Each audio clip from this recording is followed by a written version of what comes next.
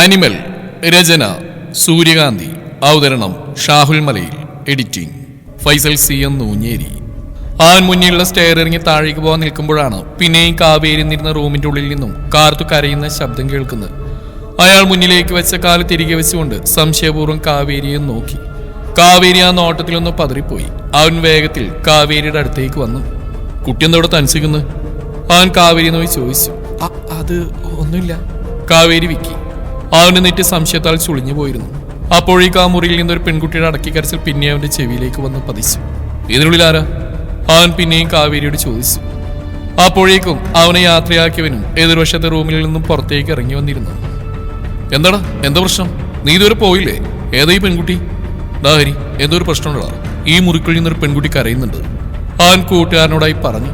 അപ്പോഴേക്കും ഹരിയും കേട്ടു തുടങ്ങിയിരുന്നു ഉള്ളിൽ അവരുടെ ശബ്ദം.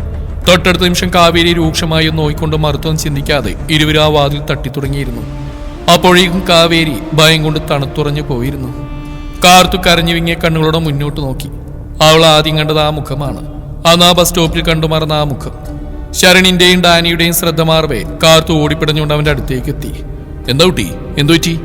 മുന്നിൽ നിൽക്കുന്ന സൂപ്പർമാൻ ചോദിക്കവേ കാർത്തു കുഞ്ഞുകുട്ടികളെ പോലെ ചുണ്ടുവെള്ളത്തിൽ കരഞ്ഞുകൊണ്ട് ശരണിന് നേരെ വിരൽ ചൂണ്ടി. അവരെന്നെ വാക്കിൽ കിട്ടാതെ അവൾ വിറച്ചു. ഏയ്, സമാധാനപ്പെടു കുട്ടി, കരയാതെ.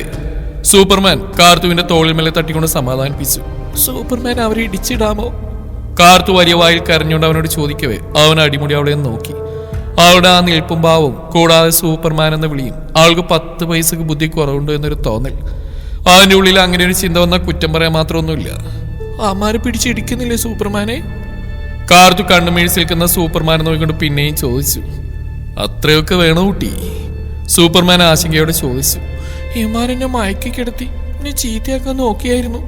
സൂപ്പർമാൻ വന്നില്ലായിരുന്നെങ്കിൽ ഇവരെന്നെ അങ്ങനെ എന്തെങ്കിലും സംഭവിച്ചിരുന്നെങ്കിൽ നാളെ നേരം പുലരുമ്പോഴേക്കും ഞാൻ ആത്മഹത്യ ചെയ്തേനെ. കാർത്തു മുഖം പൊത്തി കരഞ്ഞുപോയി. കാർത്തുവിന്റെ ആ കരച്ചിൽ സൂപ്പർമാന്റെ ഉള്ളിൽ രക്തം തിളപ്പിച്ചു. അവൻ ശരണിനും ഡാനിക്ക് നേരെ തിരിഞ്ഞു. അവന്റെ ആ രൂക്ഷമായ നോട്ടത്തിൽ തന്നെ ശരണിനും ഡാനിയൊന്ന് പായുന്നു. ഹരി, നീ ഈ കുട്ടിയെ കൊണ്ട് പുറത്തേക്ക് നിൽക്കുക, എന്നിട്ട് പോലീസ് സ്റ്റേഷനിലേക്ക് ഒന്ന് വിളിക്കുക. പിന്നെ പുറത്ത് കാവൽ നിന്നുള്ള വിടരുത്. സൂപ്പർമാൻ മുണ്ടൊന്ന് മടക്കി കുത്തിക്കൊണ്ട് പറഞ്ഞു. കാർത്തു അവനെ അടിമുടിയെന്ന് നോക്കി. പാന്റിന് മുകളിൽ അണ്ടർവെയർ ഇട്ട് വരുന്ന സൂപ്പർമാനെ മാത്രം കണ്ട് ശീലിച്ച കാർത്തുവിന് മുണ്ടും മടക്കി കുത്തി നിൽക്കുന്ന സൂപ്പർമാനെ കാണെ വയറിനുള്ളിൽ പ്രണയം മുളച്ചു. സോറി, ഹൃദയത്തിനുള്ളിൽ പ്രണയം മുളച്ചു. എന്തോ ആവട്ടെ, എവിടെയാണെങ്കിലും പ്രേമം മുളച്ചല്ലോ. കുട്ടി, പുറത്തേക്ക് വാ. ഹരി അവളെ പുറത്തേക്ക് വിളിച്ചു. അയ്യോ, അപ്പൊ സൂപ്പർമാൻ ഒറ്റക്കാണോ തല്ലുന്നേ? ചേട്ടൻ കൂടുന്നില്ലേ? തല്ല് കൊള്ളാനും കൊടുക്കാനല്ല അവനാ ബെസ്റ്റ്. എനിക്ക് മേലാണെങ്കിൽ ശീലല്ല, അതുകൊണ്ടാ. ഹരി കാർത്തുവിനെയും കൊണ്ട് പുറത്തേക്ക് ഇറങ്ങി. അവിടെ നിന്നിരുന്ന കാവേരിയുടെ മുഖം കാർത്തുവിനെ കാണാൻ വിളറി വെളുത്തു. ആ, ഇവിടെ ഉണ്ടായിരുന്നോ കട്ടപ്പ? ചോദിച്ചു തീരും മുമ്പേ കാവേരിക്കുള്ള അടി കാർത്തു ചൂടോടെ കൊടുത്തിരുന്നു. കാവേരി ആ ഒരൊറ്റടിയിൽ തല ഇറങ്ങി താഴെ വീണു. ഹരി പടക്കം പൊട്ടുന്ന അടിയുടെ ശബ്ദത്തിലൊന്ന് വിരണ്ടുപോയി. ചത്തോ? ഹരി ബോധം കെട്ടിടക്കുന്ന കാവേരിയെ നോക്കി ചോദിച്ചു. ഏയ് ഇല്ല, ബോധം കെട്ടതാ, കാർത്തു നിഷ്കളങ്കമായി പറഞ്ഞു. ഹരി കാർത്തുവിനെ ഒന്ന് അടിമുടി നോക്കി. ഇപ്പോൾ തങ്ങൾ വന്നില്ലായിരുന്നുവെങ്കിൽ ഈ നിൽക്കുന്നവൾ തന്നെ ആ രണ്ടെണ്ണത്തിനെയും കൊന്ന് കൊല വിളിച്ചേനെന്ന് തോന്നി ഹരിക്ക്. ശരണിയെയും ഡാനിയെയും വാരിപ്പൊറുക്കിയെടുക്കാൻ പാകത്തിനാക്കിയാണ് സൂപ്പർമാൻ പുറത്തേക്ക് വന്നത്. കാർത്തു പോലീസിനെ വിളിക്കേണ്ടെന്നൊരു വാക്ക് പറഞ്ഞുകൊണ്ട് മാത്രം സൂപ്പർമാൻ പോലീസിനെ വിളിച്ചില്ല. കേസും കൂട്ടുമെല്ലാം ആയാലും ചിലപ്പോൾ കാർത്തുവിനത് കാരണം ബുദ്ധിമുട്ട് വരുന്നവർക്ക് തോന്നി. ഇനി മേലാരിന്റെ കൺവെട്ടത്ത് കണ്ട പച്ചക്ക് കത്തിക്ക് ഞാൻ നിങ്ങളെ. അങ്ങേയറ്റം വെറുപ്പോടെ കാർത്തു ആ മൂവരെയും നോക്കിക്കൊണ്ട് പറഞ്ഞു. സൂപ്പർമാനും ആയിരിക്കും അവളോട് ഇത്തിരി ബഹുമാനമെല്ലാം തോന്നി ആ കാര്യത്തിൽ. സാധാരണ ഇങ്ങനെ ഒരു സിറ്റുവേഷൻ വന്നാൽ പെൺകുട്ടികൾ തകർന്നു പോകും. പക്ഷെ കാർത്തുവിനെ സംബന്ധിച്ച് സാഹചര്യങ്ങൾ കൈകാര്യം ചെയ്യാനുള്ള ഉൾക്കരുത്തുണ്ടെന്ന് അവർക്ക് തോന്നി. നേരം ഇരുട്ടി തുടങ്ങിയിരുന്നു. കാർത്തുവിനെ എന്തോ തരിച്ചുവിടാൻ ഇരുവർക്കും തോന്നിയില്ല. അതുകൊണ്ട് തന്നെ കാർത്തുവിനെ വീട്ടിലെത്തിക്കാനുള്ള ദൗത്യം സൂപ്പർമാൻ ഏറ്റെടുത്തു. സൂപ്പർമാന്റെ ബുള്ളറ്റ് കാർത്തു സുരക്ഷിതമായി വീഴ്ത്തുകയും ചെയ്തു. ഇവിടെയാണോ? ആ അതെ, കാർത്തു ചിരിയോടെ തലയാട്ടി. ഇതൊരു ചെറിയ ഹോട്ടലല്ലേ? ആ, ഇത് ഞങ്ങളുടെ കടയാ. ഞങ്ങളുടെ വീടും കടയെല്ലാം ഒന്ന് തന്നെയാ. ഞാനും ചേച്ചിയും അനിയനും പിന്നെ ഞങ്ങളുടെ കാർന്നവരുണ്ട് ഇവിടെ. അച്ഛനും അമ്മയും?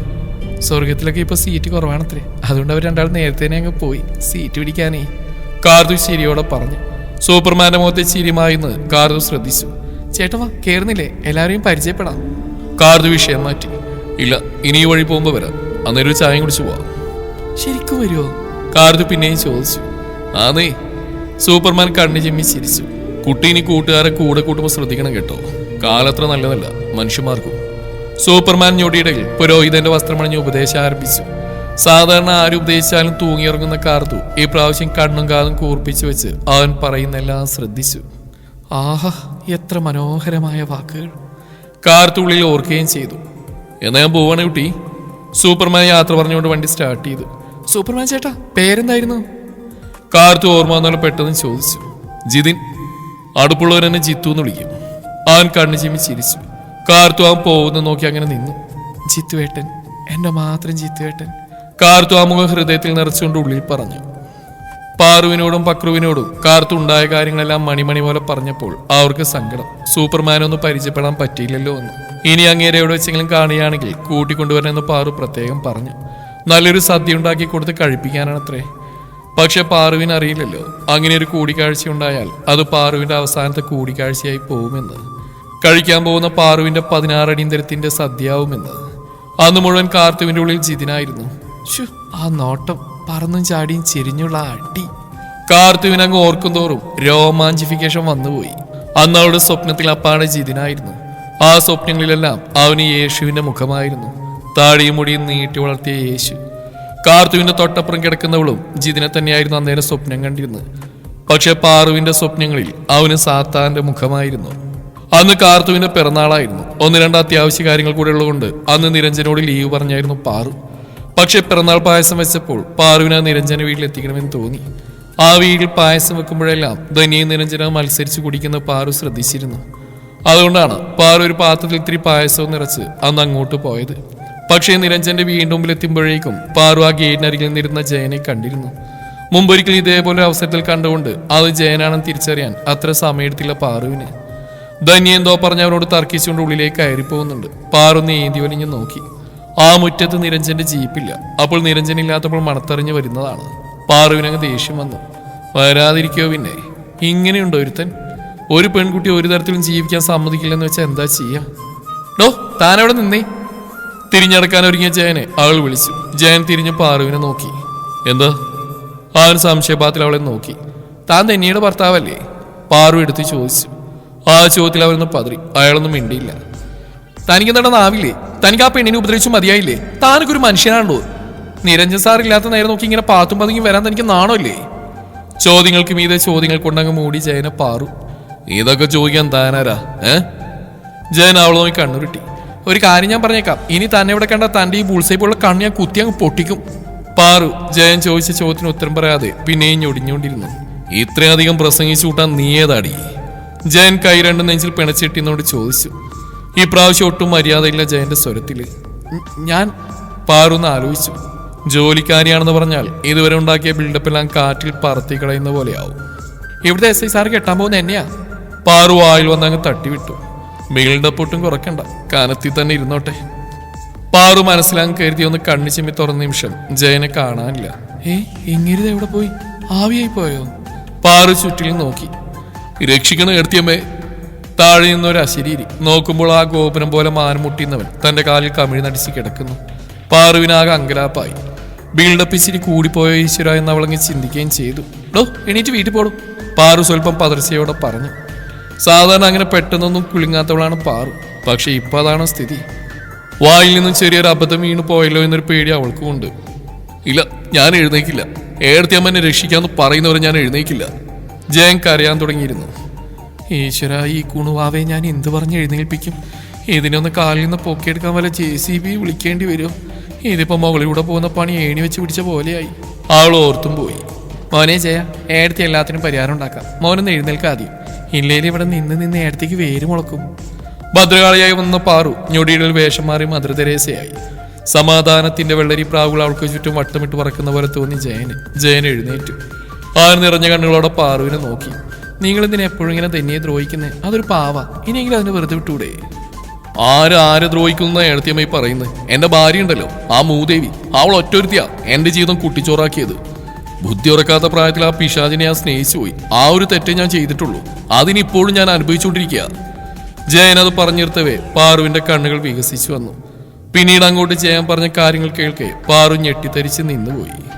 ആവശ്യങ്ങളും സ്വത്തുക്കളെല്ലാം കൈക്കലായപ്പോൾ ജാനകിയമ്മയെ പടിയടച്ച് പിണ്ടവെക്കാൻ ആദ്യം മുന്നിട്ടിറങ്ങിയ ധന്യയായിരുന്നെന്ന്, കൈക്കൽ വന്ന സ്വത്തെല്ലാം ദൂർത്തടിച്ച് കളഞ്ഞതും അവളാണെന്ന്, എല്ലാം കഴിഞ്ഞ് ജീവിക്കാൻ പണിയെടുക്കണമെന്നായപ്പോൾ നിരഞ്ജനെ ഊറ്റി ജീവിക്കാൻ അവൾ കണ്ടെത്തിയ മാർഗമായിരുന്നു ഈ ആത്മഹത്യാശ്രമം എന്ന് പോലും. അതിനിടയിൽ എല്ലാം കൊണ്ടും മടുത്ത ജയൻ ഒരു ഡിവോഴ്സിന് ഒരുങ്ങിയപ്പോൾ അവനും കൊടുത്തൊരു ഗാർഹിക പീഡനം എന്ന ടാഗിൽ ഒരു മുട്ടം പണി. ഞാൻ അവള് ദ്രോഹിച്ചു എന്നല്ലേ എടുത്തിയമ്മ അവൾ പറയുന്നേ. എന്നാലേ അതങ്ങനെയല്ല, അവളെ എന്നെ ദ്രോഹിക്കുന്നേ. ദേ നോക്കിയേ, അവളുടെ സാരി അലക്കി ഇത്തിരി പിന്നിപ്പോയിന്ന് പറഞ്ഞ ഗ്ലാസ് വെച്ച് എറിഞ്ഞ പാടായത്. ജയൻ തന്നെ നെറ്റിയിലേക്ക് വിരൽച്ചുകൊണ്ടി. ദാ പിന്നെ ഇത് ആ ദ്രോഹി ചട്ടം വെച്ച് പൊള്ളിച്ചാ. ഷർട്ടിന്റെ കൈ ഒന്ന് കയറ്റി വെച്ചുകൊണ്ട് ജയൻ അടുത്ത പാട് കാണിച്ചു. ഇതൊന്നുമല്ലേ എടുത്തിയമ്മേ, ഇനിയുണ്ട് എന്ന് പറഞ്ഞ് അവൻ ആ ആൾ നടപ്പുള്ള വഴി വെച്ച് ആ ഷർട്ടങ്ങ് ഊരി. പാറു ഒരടി പെട്ടെന്ന് മാറിയെന്നെങ്കിലും ജയൻ മല പോലെ അങ്ങ് നിൽപ്പാണ്. അവന്റെ ദേഹത്ത് തന്നെ വരച്ചു വെച്ച ഭൂപടങ്ങളിലേക്ക് പാറുവിന്റെ കണ്ണുകളുടക്കി. ഈശ്വരാ, പാറുവിന്റെ കിളികളൊക്കെ കൂടും കിടക്കെടുത്ത് പറന്നുപോയി. ഏടത്തിയമ്മ ഈ പുരുഷ വീണെന്ന് കേട്ടിട്ടുണ്ടോ? പാറു വിലങ്ങനെ തലയാട്ടി. ഉള്ളിലിരിക്കുന്ന രാക്ഷസിയോട് ചോദിച്ചാൽ മതി, അവള് പറഞ്ഞുതരും. അവളതിൽ PhD എടുത്തിട്ടുണ്ട്. ആദ്യത്തെ അവളുടെ ഇര സ്വന്തം അച്ഛനായിരുന്നു, പിന്നെ നിരഞ്ജൻ ചേട്ടൻ, അത് കഴിഞ്ഞ് ഞാൻ, അത് കഴിഞ്ഞതേ പിന്നെ നിരഞ്ജൻ ചേട്ടൻ. ജയനങ്ങ് പറഞ്ഞു പോവുകയാണ് ധന്യയുടെ വീരസാഹസിക കഥകൾ. കേട്ട് കേട്ട് പാറു ക്ഷീണിച്ചു പോയി. ആളാ മതിലേക്ക് ചാരിന്ന് കഥ കേട്ട ക്ഷീണത്തിൽ നിന്ന് കിതച്ചു. കഥ പറഞ്ഞ ക്ഷീണത്തിൽ ജയനും നിന്ന് കിതച്ചു. ഇനി വയ്യേച്ചി പറയാൻ. ഓ മതി ജയ, ഇതുക്ക് മേൽ എന്നാലും താങ്ക മുടിയാത്, പാറു ക്ഷീണത്തോടെ പറഞ്ഞു. എന്താ ചേച്ചി കയ്യില്? ജയൻ അവളുടെ കയ്യിലെ പാത്രത്തിലേക്ക് നോക്കിക്കൊണ്ട് ചോദിച്ചു. പായസം ആ ദ്രോഹിക്കൊടുന്നായിരുന്നു. ഇനിയിപ്പോ ജയൻ കുടിച്ചോ? ഇത്രയും പറഞ്ഞല്ലേ, ക്ഷീണം കാണും. പാറു അവന് നേരെ ആ തൂക്കുപാത്രം നീട്ടി. ജയനെ തുറന്ന് ഒറ്റ വായിക്ക് അതിന്റെ പകുതിയോളം കുടിച്ചു. ഇന്ന് ചേച്ചി ബാക്കി ചേച്ചി കുടിച്ചോ? കേട്ട ക്ഷീണം കാണും. ജയൻ പാത്രം തിരികെ കൊടുത്തു. ഈ അവസരത്തിൽ പറയാൻ പാടുണ്ടോന്നറിയില്ല, പായസം നന്നായിരുന്നു ചേച്ചി, സൂപ്പറാ, അടിപൊളി. അവൻ ആ സമയത്തും അവളെ പ്രശംസിക്കാൻ മറന്നില്ല. ഞാൻ പോയിക്കോട്ടെ ചേച്ചി, ആളെ കൊണ്ട് എങ്ങനെയും ആ ഇല്ലാത്ത കാർഷിക പീഡന കേസ് ഒന്ന് പിൻവലിപ്പിച്ചു തരണം. എനിക്ക് പുറത്തിറങ്ങി നടക്കാൻ പറ്റാത്ത സ്ഥിതിയാ.